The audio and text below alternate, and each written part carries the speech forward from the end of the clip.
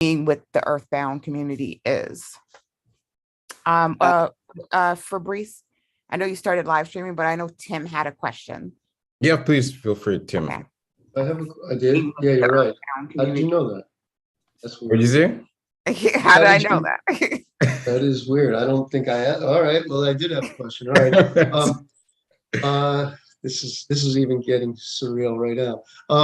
Okay. Actually, I can't really. I got to get off real soon. I Okay. have a deadline to meet from something else that I have to deal with. But I do have a lot of material on deck that I just need to go through. I just wanted to say that I'm about to have my guy about to die. All right. Is that okay, Marcia? What I want. So in the last one, you die in the last one, right? You get I die in the last one. Where do I die? Preston takes you out. You have right. Okay, that's the scene I'm writing. Yeah, right. And okay. But for this one, it's where you're actually being resurrected. I'm being resurrected.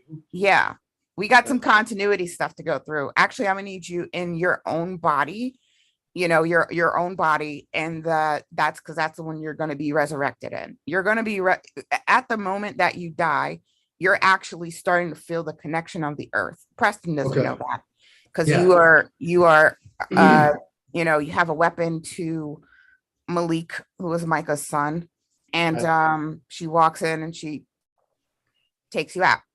So okay, cool. But you get resurrected through a couple different means, and what I'll do is I'll share my story with you, so that way you can kind of write from that perspective also. But I take a look at what I sent, and this sheet today to just take a look at like where it is. But you're starting from waking up, or you can start from like what you felt going through communicating with the earth yourself as someone who was a silicon for a while and didn't do like the best of things, but basically you have to, I want you to end it waking up from that sort of state of and where everyone kind of starts from a different day. So we're starting from day 3 after the ambush all the way to day 14. So Tim, what? You definitely don't wake up on day 3. Maybe you wake up, 7 days out, or something like that. Yeah, maybe take yours from maybe 7 days after, like the ambush. You've been in that unconscious state for a while.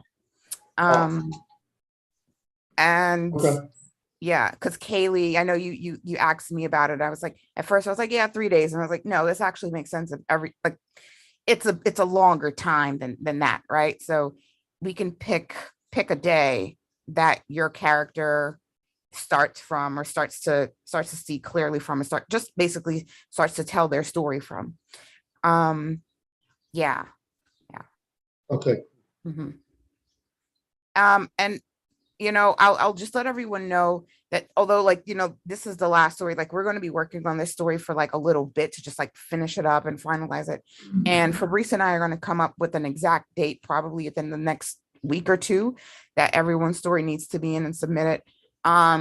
Unfortunately, Cameron got a new job, so he can't really help us out so much. So it's basically going to be us, helping ourselves out. And Fabrice and I getting the continuity and basically we are going to get this part of Pen Down ready. And then, we'll kind of work on these stories for right now.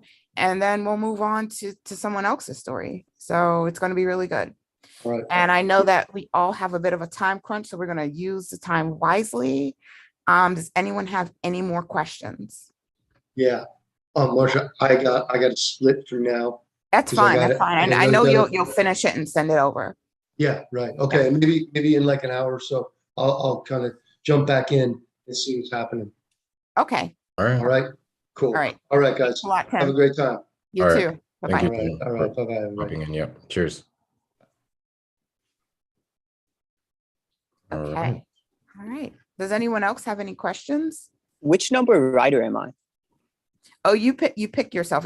Well, it looks like you're gonna be, 3 or 6. you're 6. Okay, you're 6. Or, That. Okay. yeah, you can pick either one, 3 or 6.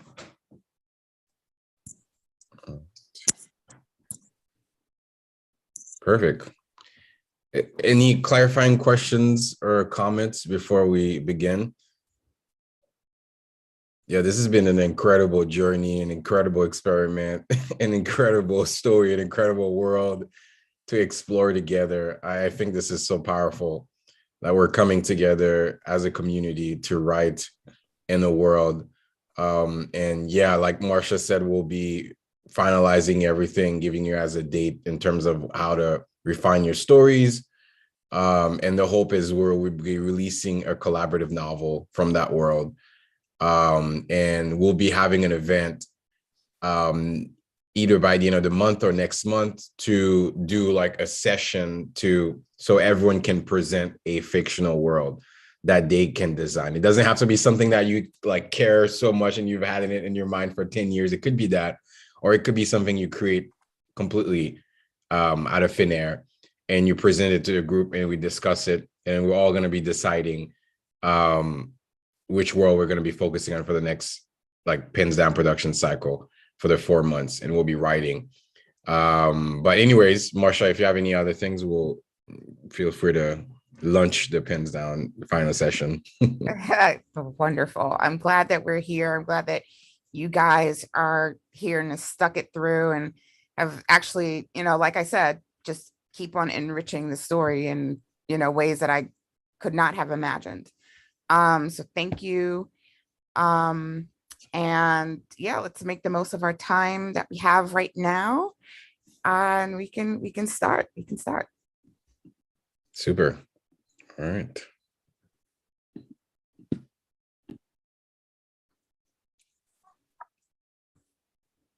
Oh, and remember, if there's any questions, throw them in the chat. We'll keep an eye out.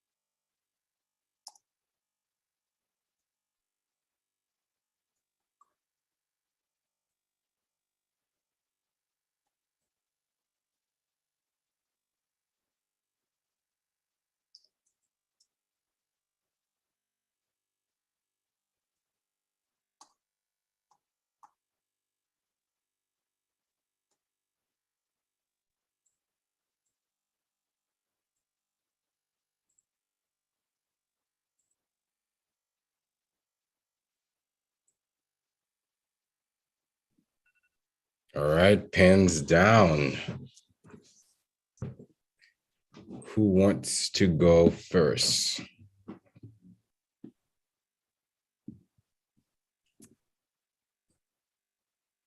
Okay, well, you know what? I will go ahead and go first. Okay. Not finished, not quite, but that's all right. I'll go ahead and go first. All right. All right. Micah watched as Aaron held on to Malik's arm as the two crossed over the remains of the silicon body armor that protruded through the ground. Aaron's cries for Irene had stopped after the ambush.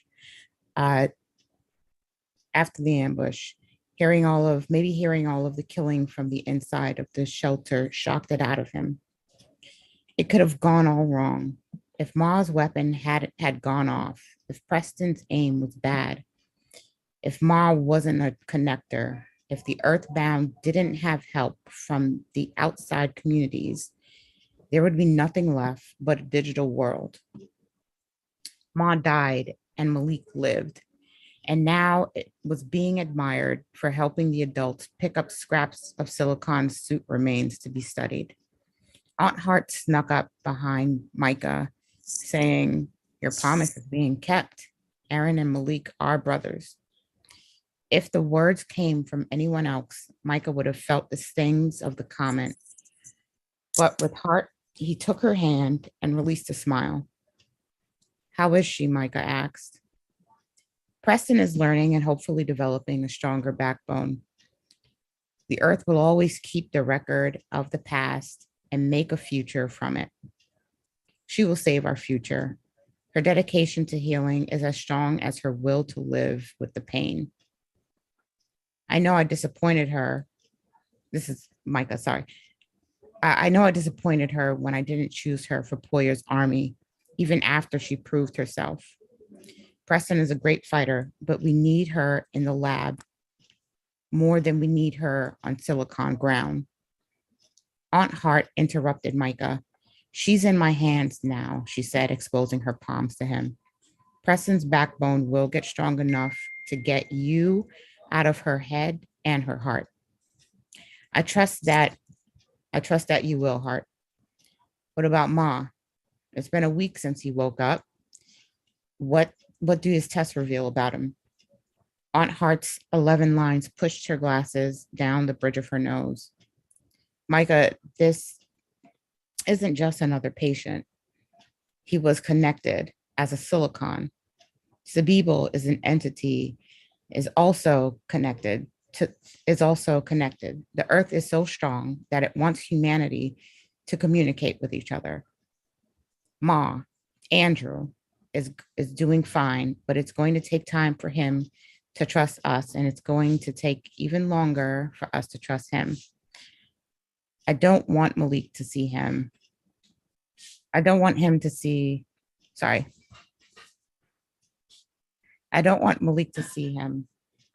As soon as he's ready, we need to get him as far away from us and the silicons." "Micah, that's no longer your call to make. You and Andrew both have stains that don't come off. The earth told us that he's a part of our community. And as a leader in this community, we will listen to the earth and what it wants. It will take you time as well to learn that you're not the one looked up to or revered and loved. You're not the only one to be looked up to and revered and loved. You have help, and it's mandatory. You'll get to be a father and make amends. Most of us don't get that. Aaron will find out what happened," says Micah. "Aaron will find out what happened to his mother. And when he does, will you help him, Hart? I can't make up for what he has lost, but I can strengthen the community around him. Of course I will. Don't think of it again. I see her everywhere, and I can hear her even when I connect. Irene is very strong." And that's pretty much like where I left off at. So it'll go ahead and further into Micah's fears, but that's pretty much like where it will end. Like he's no longer the only leader of the Earthbound, and you know he's basically going to have to spend the rest of his life trying to make up for Irene's death.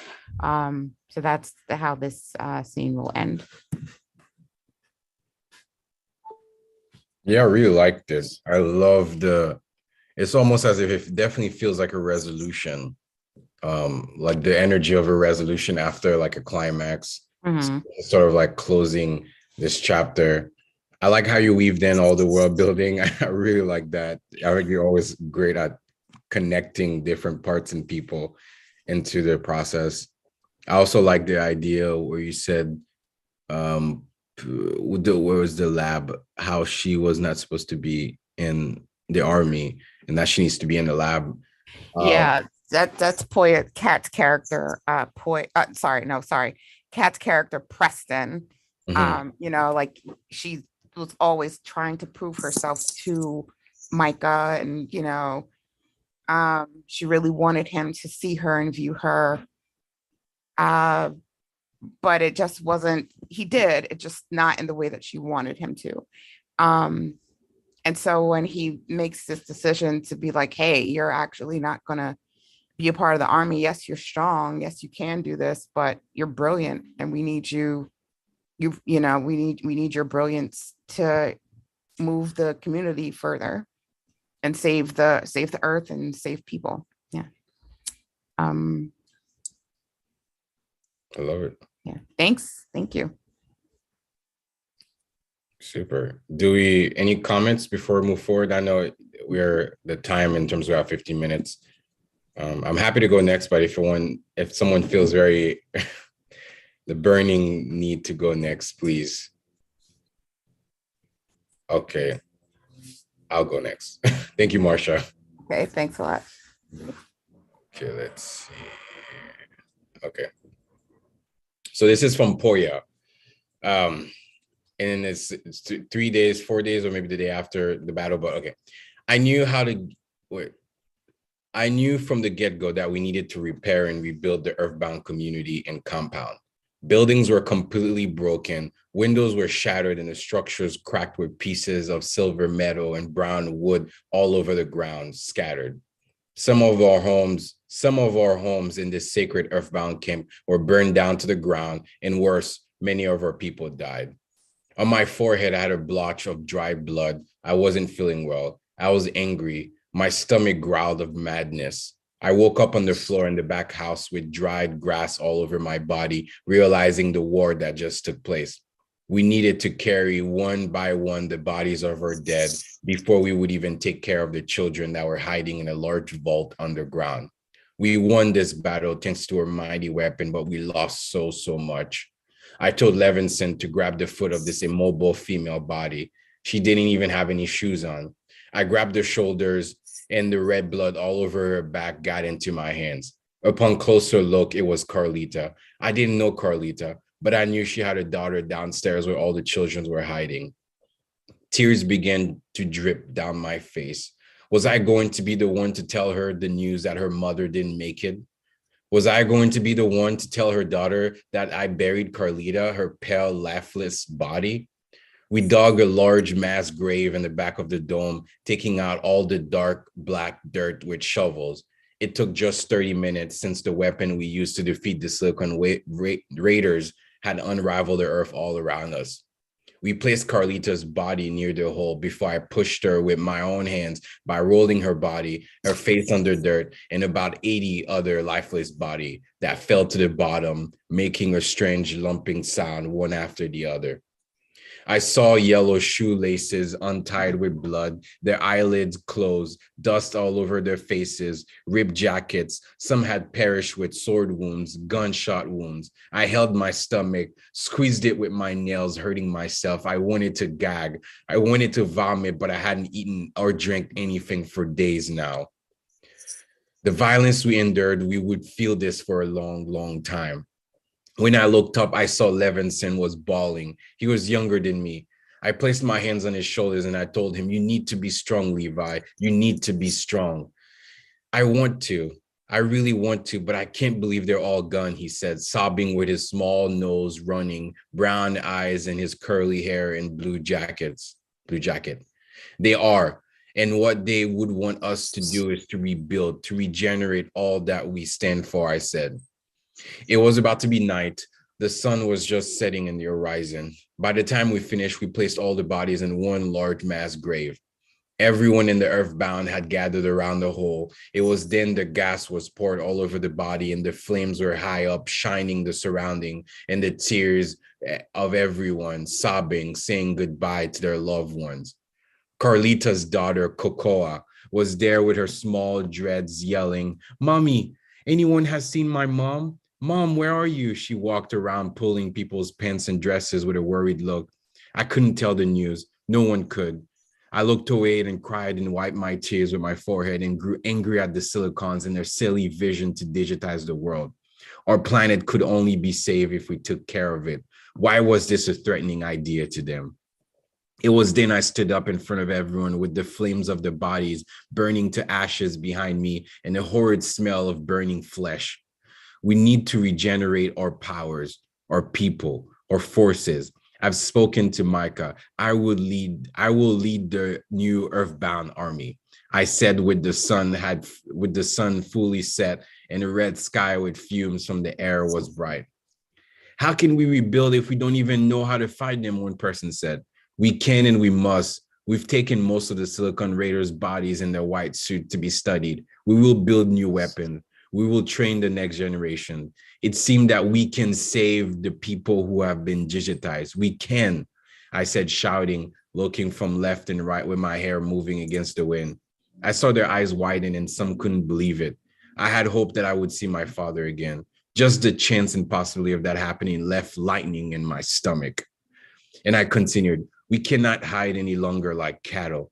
The spirit of the earth is one on our side. I've spoken to Micah.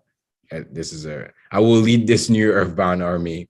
I have begun reaching out across what remains of the United States to tell everyone the truth about what happened to this land and for people to join us. Our lives cannot continue like this." "I agree," I heard some murmur. Most had their hands crossed as the cold weather of the night moved in slowly. "It's decided. Once our army is built, we'll be marching towards their headquarters in Texas and obliterate the Silicons once and for all and save the earth and humanity," I said. "I want to join your army," old man Paolo said. "Me too," Malik says. "Same," Luke says as he cries, and Levison nods his head with an angry stare, raising his hands.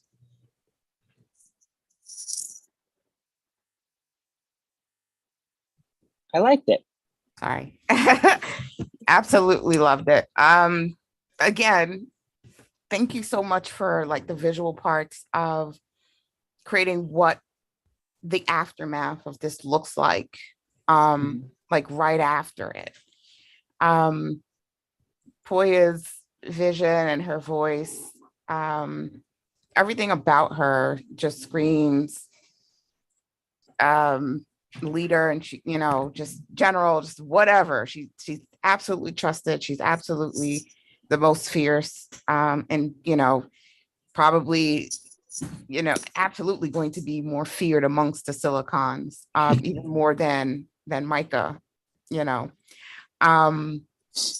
and it seems like we have some similarities going on. I think our continuity is really there with the bunker, where the kids are hiding in, and there's something else in there that you have in there too. But yeah, great, Fabrice, really, really great. I very much like how at the beginning, you like build all of this intensity with the talking about the dead bodies and the battle and all of that, and like them like dealing with the emotional aftermath of it, and then you immediately transfer to her speech, and it like keeps the intensity, so you feel really intense and like energized while the speech is going, which is what you want, right? You don't want it to fall flat. And so you set people up at the beginning to feel like the intensity of the moment. I very much like that. That was very cool. Thank you. Thank you very much. Appreciate it.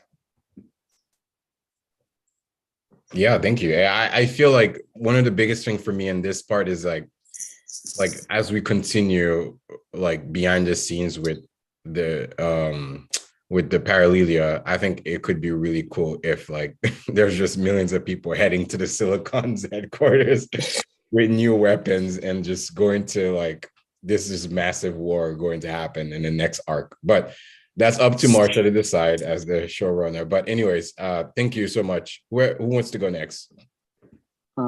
I will go if nobody else wants to. Everyone's cool with that? All right. Yeah, Okay. go for it. Okay, so I'm not positive exactly how this fits with the continuity, but I did make a couple assumptions, but I think it'll work, maybe. Okay. It was only once there was a little light left to walk by that Carter realized he may have walked too long. He had a long way to walk back to camp, but in the dark that it could be tricky. And he realized that on the way out that his knowledge of the roads and pathways of his home meant little now. Shortcuts were blocked by rubble of buildings he had used for waypoints. It was worse than going somewhere new because that thrill of discovery only twisted the knife of loss. He was mostly out of the worst of it now. Walking in a daze made it easy to cover ground, and it seemed easier to go back now that he knew where he was going. What really got his focus wasn't noting the ground that he had covered, but the realization that there was a figure coming towards him. He panicked for a second before realizing who it was. It's okay, Carter's friend said. You know they're looking for you. I'm sorry, I haven't seen you yet. His heart was still racing, but he smiled. Athen laughed. Don't worry, I know the feeling. It's like the opposite of seeing a ghost of someone you didn't know was dead. You should feel happy, and you are, but there's a silence for a moment as they walked.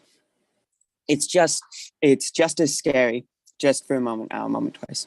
And I know it shouldn't be. Do you think we'll ever get over it? Not just us, but everyone. How can we see all of this and then be anything close to okay? Did you not scavenge anything? Athen said, not even looking at his friend to be sure he was right. Carter breathed and let the subject be changed. Not much. There's a reason we camped so far out. I kept thinking I was at the worst of it, but at a certain point, I started wondering worse than what. It's not scavenging over there. It's going to be cleaning and building. They knew that they had reached their new settlement because the horizon was lined with dots of light, campfires that people would cluster around in the times between night and sleep. Oh, one sec. Between night and sleep. As they got closer, Carter realized something he didn't expect. There was movement in front of the fires, figures darting back or moving back and forth. He walked faster with Athen, but then he heard and saw and understood the kids of the town were playing in the fire's light, chasing each other around it and hiding in the darkness in hopes of scaring a friend. I heard their laughter and saw their joy. He and Athens walked and joined a fire, and Carter felt the smallest of weights lift off his chest. It would be okay. They would have to build their home again, but they hadn't lost as much as he thought they had. It would be okay. And yeah. I really like this. For someone who like just jumped into the story with us, you really captured what it was for, the aftermath of what happened and what it feels like to just be someone who's just like, okay, so I'm part of this community, but I'm cleaning up, but also I have all these feelings and all these emotions and I don't want to really be a part of it and I'm scared. But I am just a human being. And I want to ask you, like, what were your intentions for Carter as a character? So I thought it was he's just one of the normal people who like lives in this city and he or this city or this town or whatever it is. And it was less of like him being an important character as being like kind of like a representation of like just the average community member who's like dealing with like this disaster that's happened and trying to like reconcile his I guess loss. Yeah. Right? You hit it. Yeah. Mhm. Great. Thank you, Michael. Yeah, I like this too. And I like there is a very rhythmical flow to the dialogue. It's felt very like fantasy, like in a way. I really like that. Like, but what I got out of it was almost as if it felt like Carter and his friend were on a journey. Because it's like the Earthbound has like this call that they do on these radio channels to call people and say, hey, there's a promised land to come in here. It almost seemed like Carter and his friend were like on a journey to like go to the Earthbound camp. And then they arrive to this town and this compound where there's like people and like a flame. I wonder if it could, this might be even, you could choose to do that or not, but I wonder if that flame that they see is the flame where the bodies are being burned. And maybe I could add like kids are like running around and like sort of oblivious to it, like on my part. So it could be like Carter and his in Athens, or almost like they've come from a long journey and they're arriving to this town and they're seeing all the disaster and the mayhem. I don't know, that was really cool. I like the rhythm of your craft of writing. Yeah, I was trying to make it feel like spread out or paced. Like they're not talking back and forth. They're just saying sentences as they're walking to like fill. And like, I guess that's kind of the as you said, it feels rhythmic almost because they're like just going. Yeah, I could definitely change because yeah, it would not take much for me to change my chapter to make that, or my section to make that to fit into yours. And I think that would be cool. Continuity, like connecting, right? Totally. Super. Any other comments before we move on to the next person and possibly last person to speak?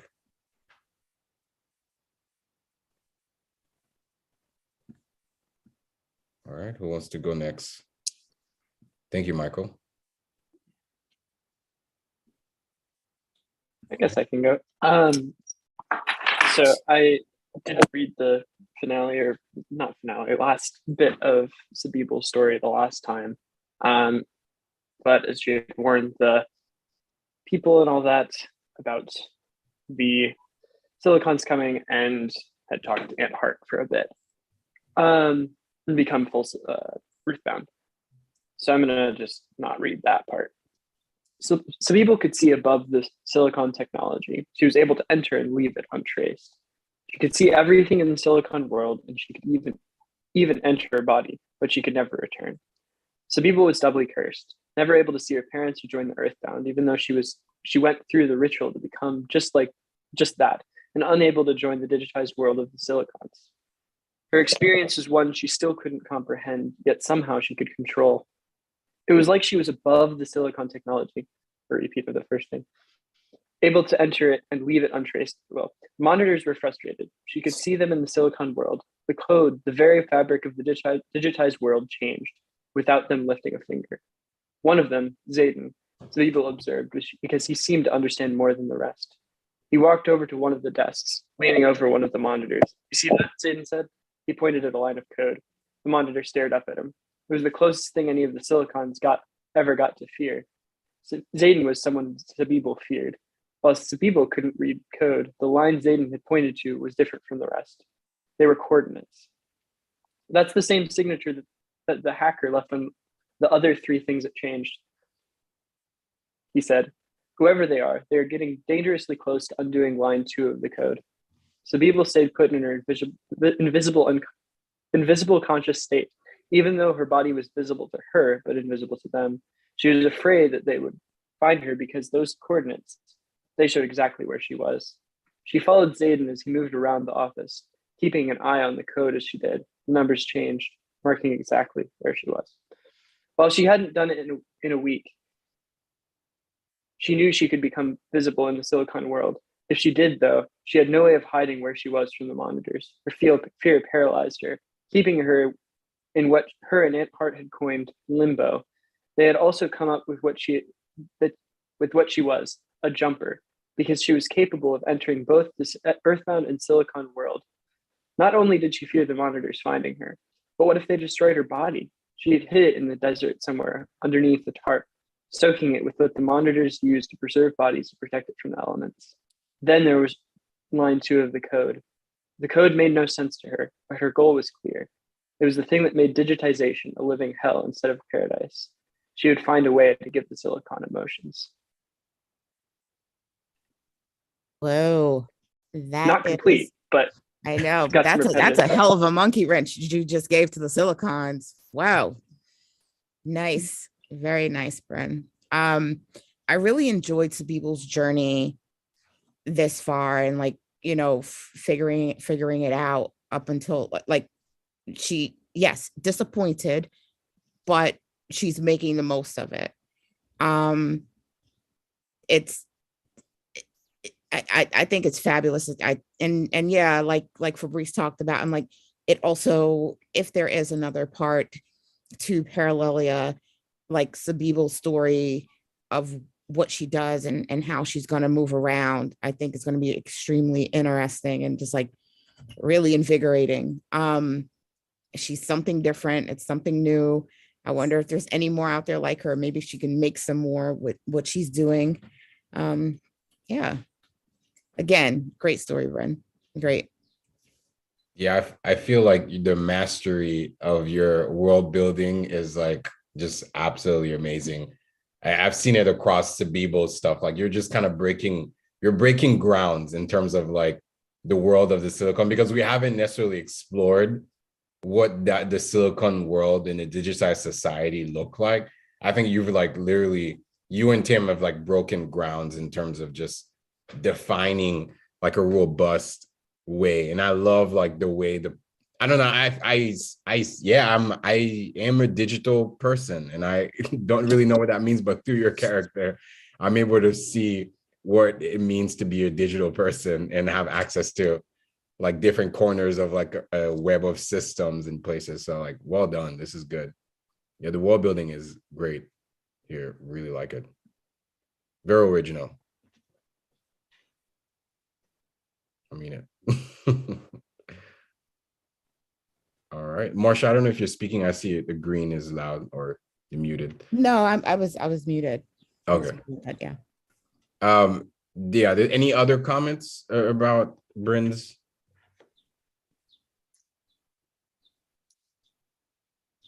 All right.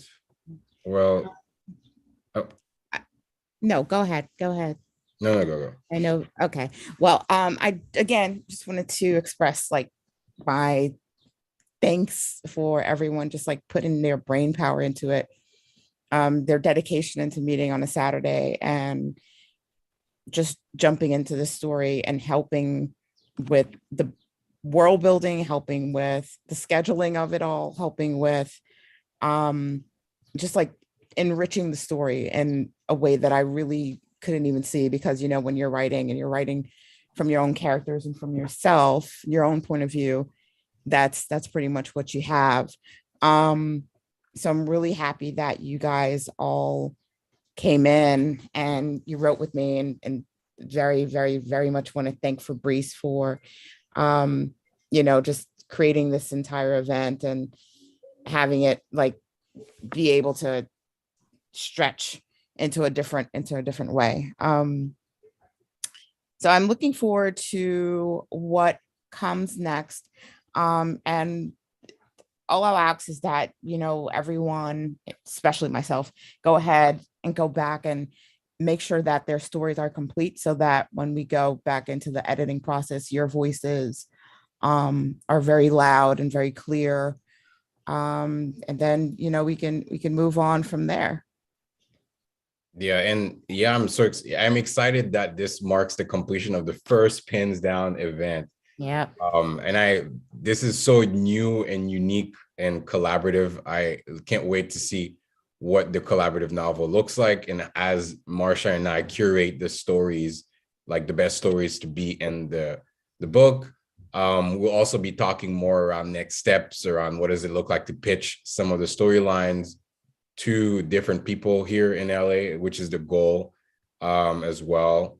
So I'm so excited. And also keep on the lookout for the date of when we will be doing a mini con to like decide what the next role would be and who will be leading the writing. And I highly recommend you to create a new world or use a world that you're familiar with. But Marsha will be giving you updates on how the editing process is going to look like too. So we'll be sending a deadline for you to go back and edit your stuff. So this is really, I'm so proud of everyone. There's been so many writers that have like participated in this over the last 4 months, and it's outstanding, seriously. So thank you. Yes. All right. I also wanted to know if anyone wanted to join us. I know Kaylee, you're still in a different time zone than we are, but I wanted to host next Thursday, if anyone's available for Thursdays, write-in. And so we can all kind of work on that and, just give us all some time to be together and work on these stories. I think, writing is toughest part. Getting the story out is the toughest part, but then going back and revising it also presents its own challenges, and we work well together. So I'm here on Thursday, and we'll send out more information and like a solid date and time as to when everyone's story needs to be in and completed and ready for editing. We should, I think, maybe by Monday, I think that should come out. Yeah. Yeah. I also would be able and possibly willing to read a few of the stories all the way through and say any feedback I have. Oh, great. Or at least comment in the document. It wouldn't be all of them, but Yeah. a few of them at least. Understood. Absolutely. Thank you. We need all the help we can get. And maybe I don't want to put pressure on Kaylee or Michael or anybody here, but maybe somebody else would be willing to help, and then we could kind of divvy up the work. Yeah. Yeah, I think that's a good idea. Yeah, if we could decide who was reading which like person's stories all the way through, and then we could do that, I would be very much down to it. Yeah. Okay. That opens up another like channel for us to get our production done quicker. Thank you. Totally. Yeah, at Syllable, it's all about collaboration. So that's a great suggestion. And yeah, we'll figure out what the mechanics of it look like, if like we need to meet and then we read out loud the stories, or we read on our separate time and we bring back feedback. Because I think that there's two editorial aspects to all of this. One editorial thing, which is like the main thing, is the continuity. How do we make the stories fit more into the world and some of the plot lines and timelines? And then second one is the grammar and sentence structure and just overall clarity. But I think the continuity will be the most that's what we'll be focusing on mainly, Right. kind of adapting and changing and forming. So, and give shape to this collaborative novel. So it's micro novel. Super.